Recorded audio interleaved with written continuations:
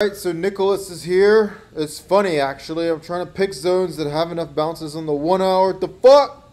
Just kidding. The 1 hour time frame. But for example, you were on long on the GU trade, and I was on the other side of it. So you were short, honey. You were short, baby. I was long. You said you picked this zone to short here because you thought price would bounce off the resistance zone. Simple enough, right? But you failed to see it will blast upwards unless I was looking at the higher highs and lower highs it was making. So in the GU trade, for example, I want to hear your review on it. Additionally, how are you also picking the trades when you look at the charts? Bro, this answer is so much shit that goes into that. All I can do, I can't answer. I wish I could delete this. I can't delete it.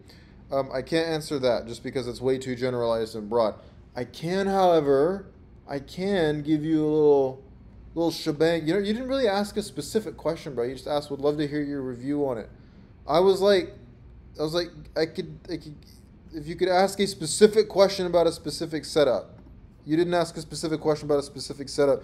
So instead I'm here just yelling at my computer trying to figure out what the fuck I'm going to say about this. But let's have a look at it. So you're here on the 1 hour time frame, great time frame. You zoomed out a little bit so you can get a big picture sense of things. The first thing to kind of note here is that you've drawn a resistance zone, and this is in fact a clear resistance zone. I think it's great. I had clients who take this trade. We were on a Zoom session this morning. One of our clients, Ramon, took this trade. There's nothing wrong with this trade intrinsically. So a couple things when we go to GU. Let's go to GU chart. Let's check it out. Let's check it out, baby. So you were here on the 1 hour. This was a resistance. Couple things. Number one, when you look at the damn big picture, this shit is just fucking going up, okay? Like, we're not going to ignore that. Even if you're not looking at the big picture, you're looking at the more recent picture, it's going up right here. So here's how I would approach this. There's nothing wrong with taking a sell at it. And if you were looking at it at the exact moment in time when price got into this resistance zone, price gets there, starts falling away. Ramon took this trade essentially. It started to bounce. Take a sell. You have your stop loss or invalidation just above the zone. Have your target. I never take mine past 1-to-1. That's just me. You know, you do whatever the hell you want. That would have worked out.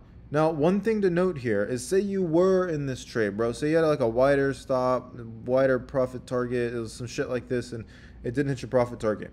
Whenever you get into a trade, and then it just goes down to the next zone and like bounces there, and even if this isn't a fucking zone, I mean, if you look at the higher lows right here, it just made a higher low, bounce right back up into the zone, and it comes back up to the resistance area. And not only that, but when it gets here into the resistance area, it's not going to fly away on you unless you're asleep or you're fucking jacking off or you're surfing like Garrett was yesterday. If you're watching it, you have a couple hours to usually fuck with it before it does something. Goes up into the zone, bull candle. Next candle goes up into the zone, bull candle. This is where you would start getting suspicious here, and you can do some active trade management and say, you know what? Does this shit actually look like it's going to bounce? Because it already bounced, it made a higher low, now we're back into the zone closing with some bull candles. But if that wasn't enough, you see the very next candle up here, it's another bull candle, and it's all closing near the highs. Shit like this, even if you're in short, you could still get out early here. This case would be 1/4 to 1/3 of a stop loss instead of the actual stop loss or pending hedge order or whatever the fuck it is you're using for your risk structure. So in this case, you could have closed right there. If you don't close and you just let it keep going, especially if your stop was wider and then it starts breaking the zone, you can get the fuck out right there. There's so much stuff you can do. So again, nothing intrinsically wrong with taking this trade. However, if you approach it like, for example, Ramon, who just took a sell at the resistance zone and he caught this little bit of a bounce right here, a little cute little bounce. If you're just using like 1-to-1s, or even if you use a little bit fucking bigger, like I said, I just use 1-to-1s. That's just me. I like having the consistency of it.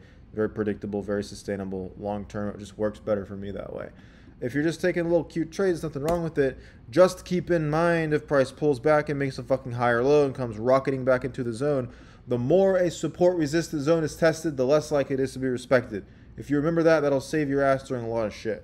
So again, bro, you didn't really ask a specific question. You just want to know my thoughts on it. That's my thoughts on it. Every single situation is different, and in this situation, it's no exception. Hope this helps, my brother Bear. Let me know. Cheers.